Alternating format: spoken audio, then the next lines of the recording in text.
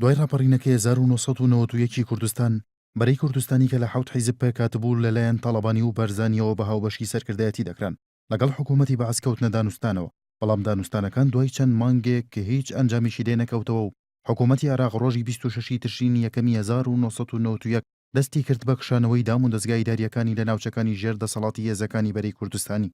دوای ڕووداوە سەرکردایەتی بەرەی کوردستانی لیژنەیەکی 15 کەسی ڕاستپارد بۆ ئامادەکردنی ڕەشنووسی یاسای هەڵبژاردنی پەرلەمانی کوردستان. ڕۆژی 28 نیسانی 1992 سەرکردایەتی سیاسی بەرە راپۆرتی لیژنە تایبەتەکەی لەژێر ناوی یاسای ژمارەیەک بۆ ساڵی 1992 هەڵبژاردنەکانی ئەنجومەنی نیشتیمانی کوردستانی عێراق پەسەند کرد. ڕۆژی 19 یاری 1992 یەکەم هەڵبژاردنی پەرلەمانی کوردستان ئەنجامدرا. لایەنە سیاسیەکان بە 7 لیست بەشداریان لەو هەڵبژاردنەدا کرد. دیارترین لیستەکان لیستی پارتی دیموکراتی کوردستان، لیستی هاوبەشی یەکێتی نیشتیمانی کوردستان و حیزبی زەحمەتکێشانی کوردستان و لیستی لایەنە ئیسلامیەکان بوون. لە یاسای هەڵبژاردنەکانی خوڵی یەکەمدا بربەستی لە 100 بۆ لیستەکان دانرابوو، واتە هەر لیستێک دەبوایە لە 100 دەنگەکان بەدەست بهێنێت بۆ ئەوەی بتوانێت کورسی پەرلەمان بۆ خۆی مسۆگەر بکات. لەو هەڵبژاردنەدا سەرجەمی 972,000 کەس دەنجاندا و تەنها دوو لیستی پارتی و یەکێتی توانیان بربەستی لە 100 تێپڕێنن. پارتی لە 145.5 و یەکێتیش لە 143.61 دەنگەکانیان بەدەستهێنا و دواتریش هەردوو لا کورسیەکانیان 50-50 لە نێوان خۆیاندا دابەش کرد.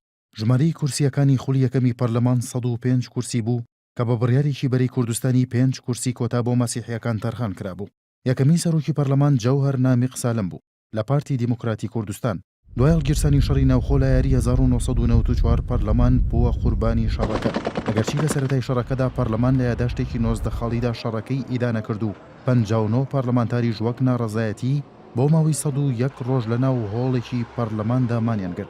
دوای کۆتایی هاتنی شەڕی ناوخۆ و پاش 8 ساڵ پەرلەمانی کوردستان لە ساڵی 2002 جارێکی دیکە دەستی بەکارەکانی کردەوە. پەرلەمانی کوردستان خۆی ئەم قۆناغی بە قۆناغی گواستنەوە ناوبردووە و تا ساڵی 2005 درێژەی کێشە. هەڵبژاردنەکانی خوڵی دووەمی پەرلەمانی کوردستان 30 کانونی دووەمی 2005 هاوکات لەگەڵ هەڵبژاردنەکانی پەرلەمانی عێراق و ئەنجومەنی پارێزگاکاندا ئەنجامدرا. لەم خولەدا 13 لیست بەشداریان کرد و یەکێتی و پارتی و یەکگرتووی ئیسلامی و چەند لایەنێکی دیکە بە لیستێکی هاوبەش دابەزین و لە 189 دەنگەکانیان بەدەستهێنا و عەدنان موفتیش بووە سەرۆکی پەرلەمان. ئەم خولەی پەرلەمان زۆرترین ڕەخنەی لەسەر بوو بەوەی ناکارایە و تەنها بڕیارەکانی مەکتەبی سیاسی حیزبەکان پەسەند دەکات. هەڵبژاردنەکانی خوڵی سێمیش 25 تەموزی 2009 ئەنجامدرا. لەم خولەی پەرلەماندا بۆ یەکەم جار ئۆپۆزیسیۆن دروست بوو. بەرەی ئۆپۆزیسیۆن خاوەنی 35 کورسی پەرلەمان بوون کە پێگاتبوون لە بزوتنەوەی گۆڕان 25 کورسی، یەکگرتووی ئیسلامی 6 کورسی و کۆمەڵی ئیسلامیش 4 کورسی. لەم خولەدا بۆ یەکەم جار ئۆپۆزیسیۆن هەوڵیدا لە سەردەمی کابینەی شەشەمدا کە بەرهەم ساڵح سەرۆکی حکوومەت بوو متمانە لە حکوومەتی هەرێم بسێنێتەوە، بەڵام هەوڵی ئۆپۆزیسیۆن سەری نەگرت. هەڵبژاردنەکانی خوڵی چوارەمیش ڕۆژی 21 ئەیلولی 2013 ئەنجامدرا. 31 لیست بەشداریان کرد و 17 لیستوانیان کورسی بەدەست بێنن.